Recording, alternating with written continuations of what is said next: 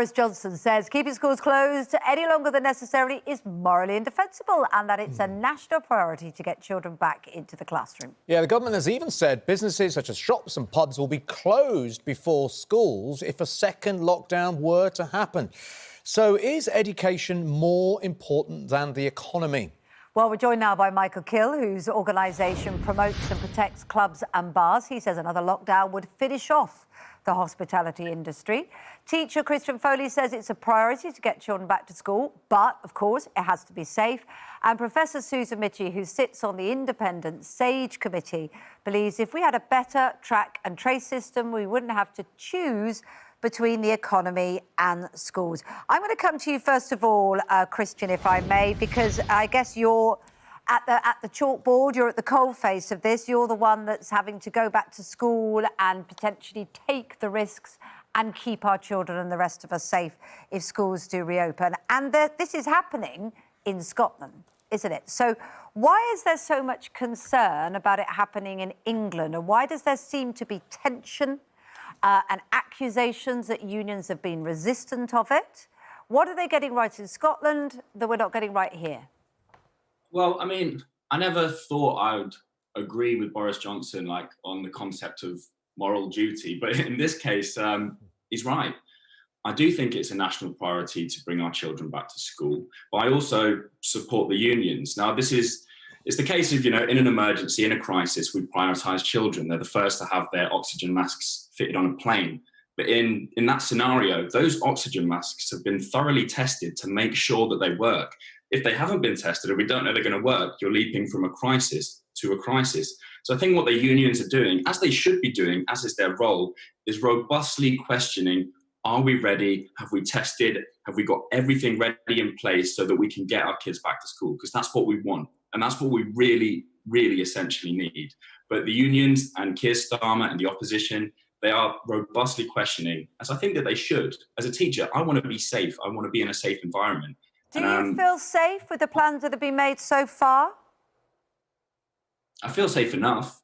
But I think I'm desperate to get back to school because I particularly work in a sector outside of mainstream education with alternative provisions and referral units. And what I'm seeing there is the loss of face-to-face engagement with our children has been catastrophic in many cases. And we're having to re-engage children with education who already found it difficult face-to-face. Trying to do it online is almost impossible. And also the welfare and the safety of the children has been compromised by the lockdown. Schools aren't just schools. They're not just for times table and future perfect clauses or whatever. They are for safety. They are the hub of the community, right? Their food, their welfare. They're places of socialization for children who shouldn't be isolated. So, yeah, me personally, and I'm not a spokesperson for all teachers, I'm just talking about me. I want to be back at school. And, of course, that may mean, it's been suggested, that other things have to go by the board.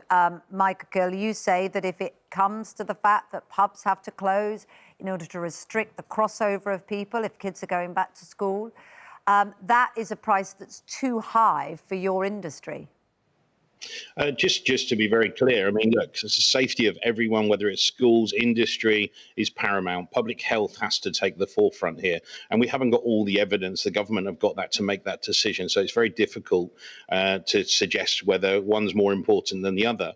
The key factor here is to understand that, as a father, it's important for my children to go back to school, to integrate, to socialise, for children who are more vulnerable. It's a massively important part of communities. But on the other hand, we've got an industry out there that's beleaguered, that has taken a massive hit, has towed the line, has kept closed for a long period of time.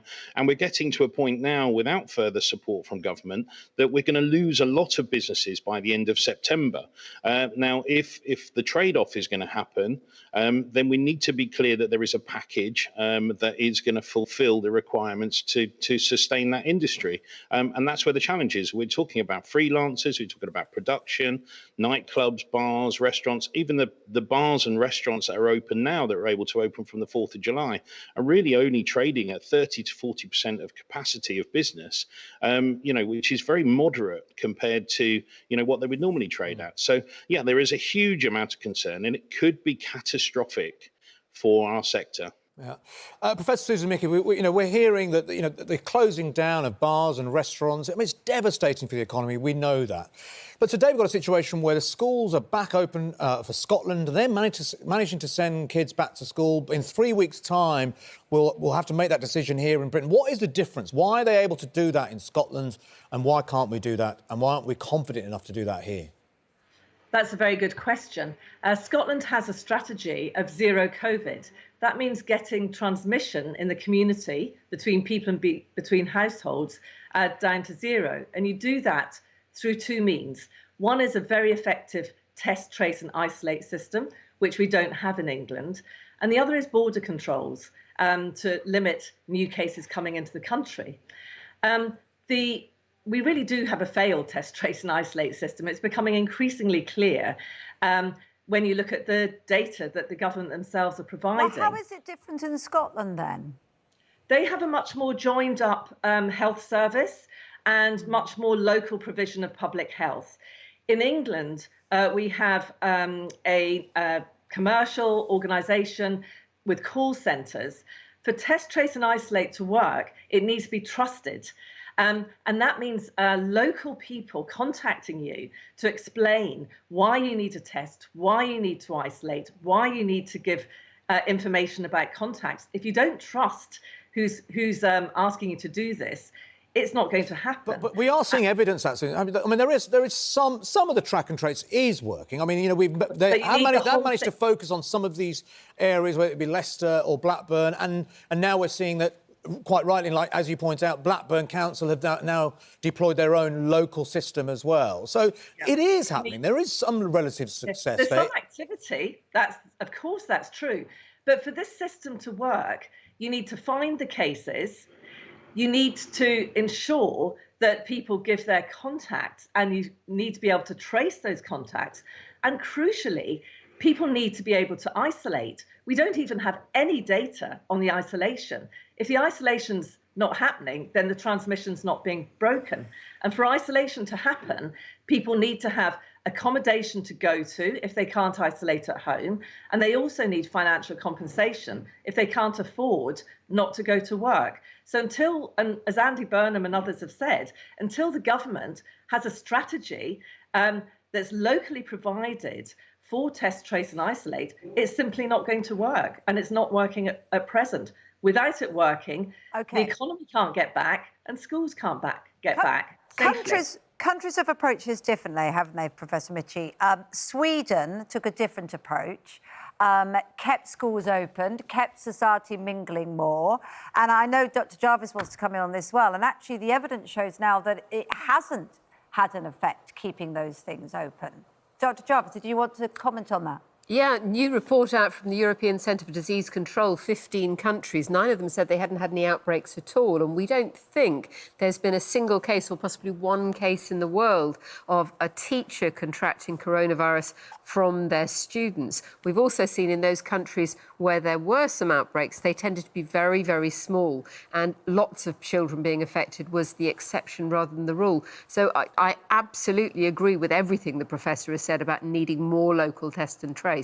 But I have to say, I'm not quite sure the risks. They're certainly nothing like what we thought they were when the outbreak started, because we didn't know if children were going to be affected, if they were going to pass it on. We now know that of over 46,500 people dead, fewer than 10 have been kids. But it also seems they don't spread it much.